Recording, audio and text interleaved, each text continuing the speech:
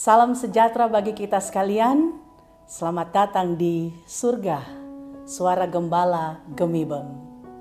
Saat ini kita akan belajar tentang memelihara kekudusan hidup sebagai wujud ketaatan pada Allah yang didasarkan pada firman Tuhan, Imamat pasal 19 ayat 2 yang berbunyi, "Berbicaralah kepada segenap jemaah Israel dan katakanlah kepada mereka, kuduslah kamu, sebab aku Tuhan Allahmu kudus." Saudara-saudaraku, apa artinya kudus? Atau apa artinya menjadi kudus? Apakah sama dengan suci, murni, dan bersih? Kudus, bahasa Ibraninya kados, sedangkan bahasa Yunaninya hagios. Kados dapat berarti terpisah, dikhususkan, diistimewakan, berbeda dari apapun.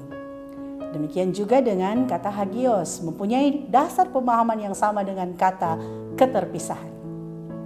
Bila Allah disebut kudus, itu artinya Dia terpisah, dikhususkan, sangat berbeda, spesial, dan istimewa dari semua yang ada. Menguduskan Allah berarti memisahkan, mengkhususkan, dan mengistimewakan Dia dari apapun dan dari siapapun. Orang yang menguduskan Allah berarti ia memilih hanya Allah yang patut dikhususkan, diistimewakan, dipisahkan dari yang lain untuk disembah, dimuliakan, dan tempat satu-satunya untuk bergantung. Ketika seseorang menguduskan Allah, maka secara otomatis ia akan memisahkan atau menjauhkan diri dari hal-hal yang dibenci oleh Allah, yaitu dosa. Dan sebaliknya, ia akan berusaha menyenangkan Allah dengan melakukan kehendak-Nya. Nah, disinilah kudus sering dihubungkan dengan suci, murni, dan bersih dari dosa. Jadi, sebenarnya suci, murni, dan bersih itu adalah merupakan akibat dari hubungan yang baik antara manusia dengan Allah. Nah, saudara-saudaraku, dapatkah manusia memenuhi harapan hidup kudus sesuai dengan standar Allah, sementara manusia hidup di dunia yang penuh dengan cemar?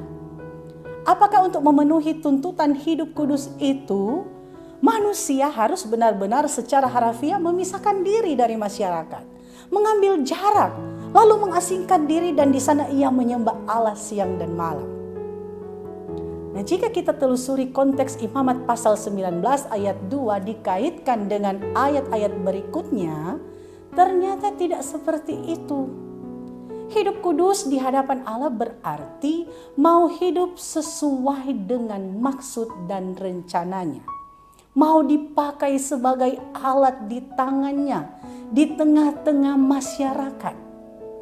Nah, dalam kitab Imamat dinyatakan bahwa sebagai umat pilihan, Israel dituntut Allah untuk memiliki kekudusan dalam seluruh aspek kehidupan. Alasan tuntutan ini adalah sekali lagi bahwa Allah yang memanggil mereka adalah kudus adanya. Menariknya, perintah ini dilengkapi dengan serangkaian sikap dan tindakan untuk membuktikan kekudusan hidup seseorang yang dikelompokkan dalam 3 kategori. Yang pertama, dalam relasi dengan Allah, menguduskan hari Sabat, tidak menyembah berhala atau arwah orang mati, jujur dan benar dalam memberi korban persembahan baik berupa binatang maupun hasil bumi. Yang kedua, dalam relasi dengan sesama, menghormati orang tua, berlaku jujur dalam perdagangan, tidak memeras, tidak bersaksi dusta, bersikap adil dan jujur di pengadilan, tidak semena-mena kepada budak dan orang asing, tidak mendendam dan tak menuntut balas.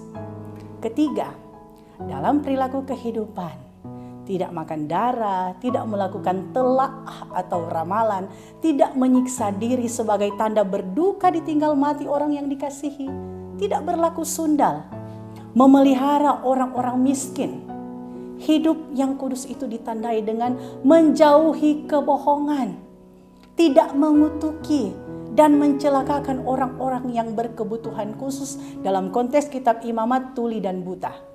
Lalu ciri orang kudus lainnya adalah jangan membenci saudaramu di dalam hatimu, tapi engkau harus berterus terang menegur sesamamu, dan janganlah engkau mendatangkan dosa kepada dirimu karena dia. Jangan menuntut balas, jangan menaruh dendam terhadap orang-orang sebangsamu, melainkan kasihilah sesamamu manusia seperti dirimu sendiri. Akulah Tuhan, firman-Nya. Saudara-saudaraku, mungkinkah kita bisa sempurna, tidak bercacat, untuk hidup kudus di dunia sekarang ini? Banyak orang mengatakan tidak mungkin. Mana ada orang yang sempurna? Atau aku tidak bisa melakukannya. Tuhan menginginkan kita melakukan, pasti Dia memberi kemampuan agar kita menjadi sempurna di hadapan-Nya. Ketidakmampuan yang kita rasakan akarnya adalah tidak mau berubah, bukan tidak mampu. Marilah kita berusaha meninggalkan manusia lama, menjalani hidup sebagai manusia baru yang sudah ditebus, taat sampai mati. Bukankah wujud ketaatan adalah hidup kudus di hadapan Tuhan kita Yesus Kristus? Amin.